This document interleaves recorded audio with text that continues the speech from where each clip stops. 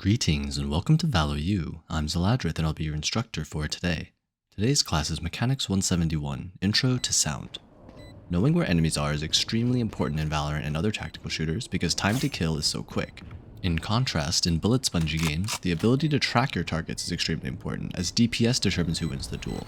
But in Valorant, the player who guesses their opponent's location more accurately with crosshair placement tends to win, because a single headshot can end an enemy in an instant. Because of this, it's very important to have accurate audio, so serious players use headphones or earbuds instead of speakers or mono sound. Actual speakers might not be placed perfectly in relation to your ears, resulting in inaccurate or imprecise directional audio. And worse would be mono or no sound, resulting in no directional audio at all, a huge disadvantage. Games with simple 3D audio usually use two output stereo sound, with loudness on the left or right to indicate direction. However, a sound coming from your front left would sound the same as a sound coming from your back left, since it would just be that much louder in your left ear. In real life though, humans can tell the difference between sound coming from other directions, like above, below, front, or back. To more accurately simulate that level of 3D sound, Valorant uses HRTF, which stands for Head Related Transfer Function. HRTF simulates the way that sounds seem different in real life based on the typical shape of the ears and head, by making some sound frequencies louder or softer based on the sound source location, and uniquely different for each ear. It feels and sounds weird for a bit since in real life people's ears and heads are shaped uniquely, but you quickly get used to it, and with practice you'll be able to pinpoint enemy locations with just a single footstep. Don't forget to disable other simulated 3D sound from your headphone software, since unlike Valorant, it won't have positional information on your enemies, so you need HRTF on anyway, and double simulating 3D sound will make things worse, not better. When talking about sound in Valorant, the first thing people think about are footsteps. Moving slowly by walking or crouch walking allows for silent movement, but running makes footstep sounds audible within the radius of the white circle on your minimap. Footsteps also make different sound on different surfaces, allowing those with map familiarity to more accurately identify where enemies are. For instance, here on Bind, if you hear metal steps behind you, they're in hall. Sandy steps behind you would be right next to you.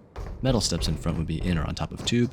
Sandy steps in front of you would be front sight. Wooden steps would be garden, and stony steps would be hookah. Now regular surface footsteps are especially interesting because every agent has unique footstep audio. For instance, some of the more recognizable steps are Reyna's high heels clicking, KO's robotic joints flexing, or Brimstone's deep, bassy stomps. Most other fast movement makes noise as well. For instance, jumping makes noise on both takeoff and landing. However, you can silence jump takeoffs by holding walk or crouch when you jump. This is difficult for running jumps unless you bind crouch to your jump key, which is an easy but effective way to frame perfect silent takeoffs, though it doesn't work if jump is bound to mouse wheel. Jump landings also make noise if you fall from high enough. A simple rule of thumb is that if you jump on a flat surface, you'll make noise when you land. You can land silently by jumping onto surfaces higher than what you started from, such as by jumping up slopes or onto other objects. You can also crouch jump uncrouch or hit your head to reduce your jump height to keep jumps completely silent as well. Since landing is pretty quiet, you can also cover up landing noise with a louder noise like firing your gun, if you want to keep enemies guessing if you drop down to another area or not. Another special movement, attaching to, detaching from, or moving along a rope also makes noise unless you're holding the walk key. You'll also still make noise trying to silent attach to a rope if your horizontal velocity isn't close enough to 0, but counter-strafing in the air will allow you to silent attach. Also note that the game ignores vertical velocity when attaching to ropes, so you can silent drop down a rope by clipping to it just before reaching the ground. Agent abilities also give off directional audio. A good rule of thumb is that most abilities only give off sound on cast, not on equip. For instance, casting Omen Smoke makes noise, although equipping it does not. Ults are interesting because even though the voice lines are played globally, some ult casts give off directional audio in a small radius, like Brim ulti or Raze ulti, while others don't, like Jet Knives. Additionally, most invisible trap util gives off some kind of audio and become both audible and visible if you're near them. When it comes to guns, of course firing gives off loud noise in a massive range. Firing is louder if it's directed towards you. Silenced weapons like the Ghost, Spectre, and Phantom are much quieter if not directed towards you. Stabbing with your knife doesn't give off sound in quite that wide a radius, but it still does make audible noise. Reloading can be heard by enemies, though the audio is cut short if you cancel your reload by switching weapons. Similar to abilities, simply equipping another gun is not audible to the enemy team. Neither is scoping in with a gun. Picking up a weapon also cannot be heard by enemies, but dropping one on the ground is audible to everyone. For most interactables like Ult Orb, Spike, or Gecko Util, quickly tapping Interact doesn't cut the directional audio short for enemies when you let go early.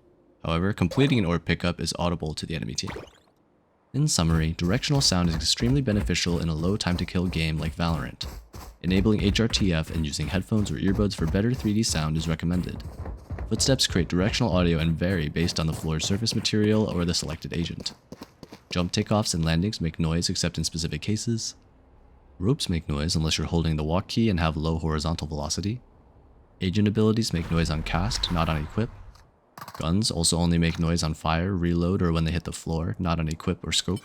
And interactable objects like ult orbs or the spike do play audio on interact, don't indicate whether you let go early with a quick tap, but does let others know if you complete the interaction. That's all for today's lesson. If you have any questions, feel free to reach out to the lecturer or the TAs in the comments below. Thanks for attending, and we hope you enjoy your stay here at ValOU.